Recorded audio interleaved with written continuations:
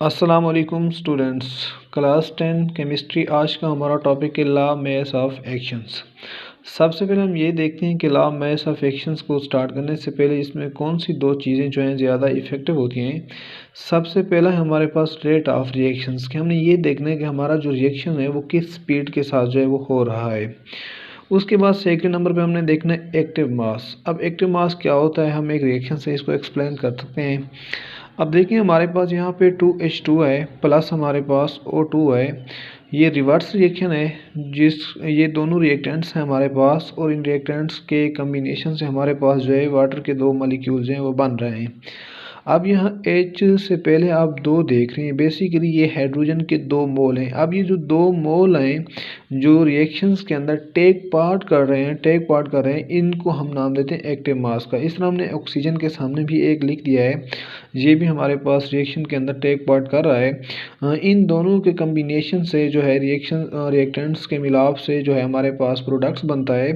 अब हाइड्रोजन का 2 और ऑक्सीजन का 1 जो है ये बेसिकली हमारे पास क्या है, एक्टिव मास हैं। किस चीज़ के? हाइड्रोजन और ऑक्सीजन के। हम एक्टिव मास उसको कहते हैं ऐसी मोल्स जो क्या करते हैं, किसी भी रिएक्शंस के अंदर टेक पार्ट करते हैं। अब हम देखते हैं लॉ मास ऑफ एक्शंस की तारीफ क्या है। The rate of a reaction is proportional to the products of the concentration of each reactants. अब देखिए हमारे पास जो रेट ऑफ रिएक्शन है इज़ प्रोपोर्शनल है किस चीज़ के? To the products of the concentration of each reactant, यानी जितनी ज़्यादा मकदार में हमारे पास रिएक्टेंट्स होंगे उतनी ही ज़्यादा मकदार में हमारे पास प्रोडक्ट बनेंगे। मींस कि अगर हमारे पास रिएक्टेंट्स की मकदार ज़्यादा होगी तो हमारे पास प्रोडक्ट्स भी क्या करेंगे, ज़्यादा बनेंगे।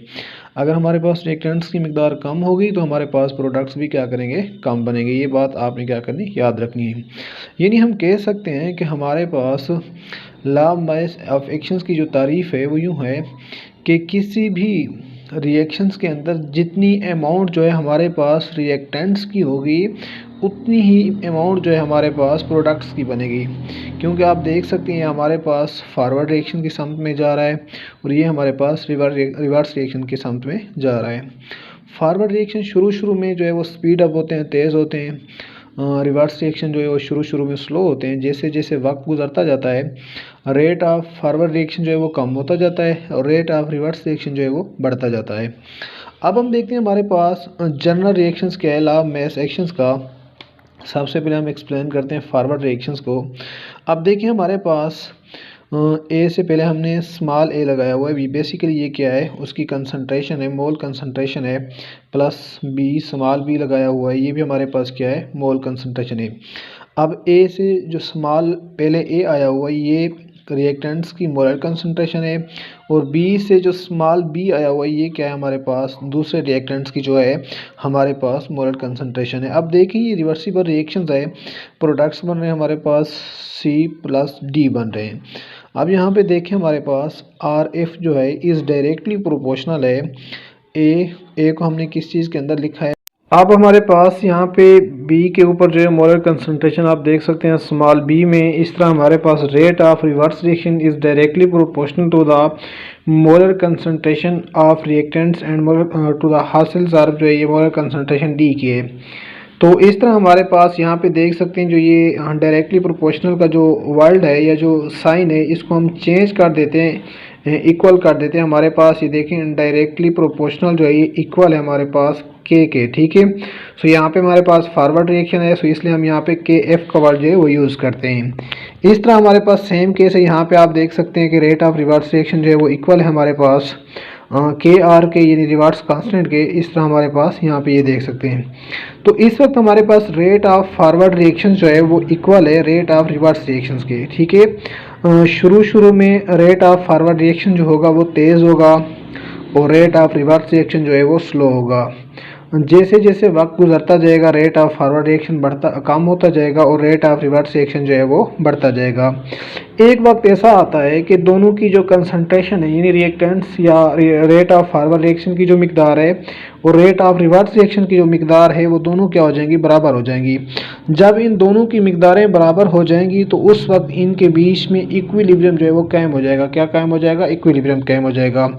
इस तरह आप देख सकते हैं कि हमारे पास आर एफ यानी रेट ऑफ फॉरवर्ड रिएक्शन के जो अमाउंट है, एक molar concentration B molar concentration, उसके बाद हमारे पास ये इक्वल है, ये हमारे पास रेट ऑफ रिवर्स रिएक्शंस की कंसंट्रेशन है।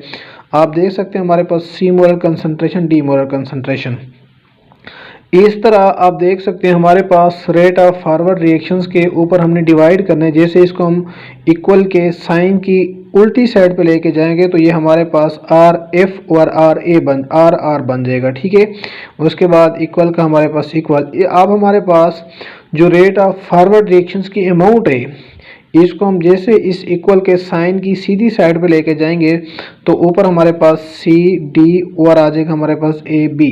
ये हमारे पास जनरल रिएक्शन है किस चीज़ का? लॉ ऑफ मास एक्शंस का, ठीक है। आप देखिए हमारे पास रेट ऑफ फॉरवर्ड रिएक्शंस और रेट ऑफ रिवर्स रिएक्शन जो है दोनों इक्वल होते हैं हमारे पास के सी के यानी इक्विलिब्रियम कांस्टेंट के। अब इक्विलिब्रियम कांस्टेंट हमारे पास आप देख सकते हैं कि K C is equal to C molar concentration D molar concentration और A molar concentration and B molar concentration. यानी हम यहाँ भी ये कह सकते हैं ओवरऑल कि हमारे पास जो रेट ऑफ फॉरवर्ड रिएक्शंस होते हैं यानी जितने हमारे पास रिएक्टेंट्स की मिकदार होगी उतना ही हमारे पास जो है वो प्रोडक्ट्स जो है वो हासिल होंगे। एक और बात याद रखना, हमारे पास लॉ ऑफ मास एक्शन को दो साइंटिस्ट ने मिल के डिस्कवर किया है। उनमें से एक हमारे पास गोल्डबर्ग और दूसरा हमारे पास वेग था, ठीक है। इन्होंने ये कहा था कि हमारे पास जो मोलर कंसंट्रेशंस की मिकदार होती है उनको हम क्या करते हैं, ब्रैकेट्स के अंदर जो है स्क्वायर ब्रैकेट्स के अंदर जो है वो ज़ाहिर करते हैं। हमारे पास ये स्क्वायर ब्रैकेट है, आप देख सकते हैं। इसी तरह हमारे पास जो इनके यूनिट होते हैं वो मोल डेसीमीटर पर मुकाब होते हैं, ठीक है। मोल डेसीमीटर पर मुकाब आप देख सकते हैं हमारे पास इसके क्या है, यूनिट है। तो इसी तरह अगर हम इसको स्लेश में लिखेंगे तो इसको यूँ लिखेंगे मोल स्लेश डेसीमीटर मुकाब, इस तरह इसको लिखेंगे। उम्मीद करता हूँ आपको ये अच्छा लगा होगा लेक्चर। इस तरह की मज़ीद इंटरेस्टिंग वीडियो देखने के लिए हमारे ग्रुप को और हमारे पेज को लाइक कर दें। शुक्रिया।